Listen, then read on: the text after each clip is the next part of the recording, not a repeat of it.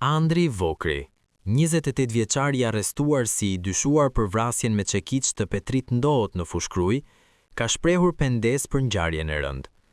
Pas rimarrjes në pyetje, pasi i doli pija, ai ka deklaruar se nuk kishte pasur asnjë qëllim për ta vrarë Ndohën, por sipas tij, në momentin e konfliktit ndodhej nën efektin e alkoolit dhe nuk arrin të kujtojë qartë çfarë ka ndodhur, as nëse personi me të cilin nuk konfliktua kishte humbur jetën apo jo.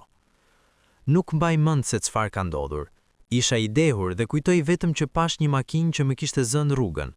I kam kërkuar që të largohej dhe të kaloja i pari pasi mund të bënim aksident. Nuk më dëgjoi dhe kaluam paralel. Kur pash që makina u fërkua, dola dhe e godita me çekiç. Nuk doja ta vrisja, është shprehu Vokri. Ndërkohë, dy shokët e tij, Lorenz Goga dhe Fation Kulla, të arrestuar për veprën penale të moskallëzimit të krimit, kanë deklaruar se u larguan nga vendngjarja menjëherë pas incidentit, pasi u friksuan nga ajo që mund të kishte ndodhur.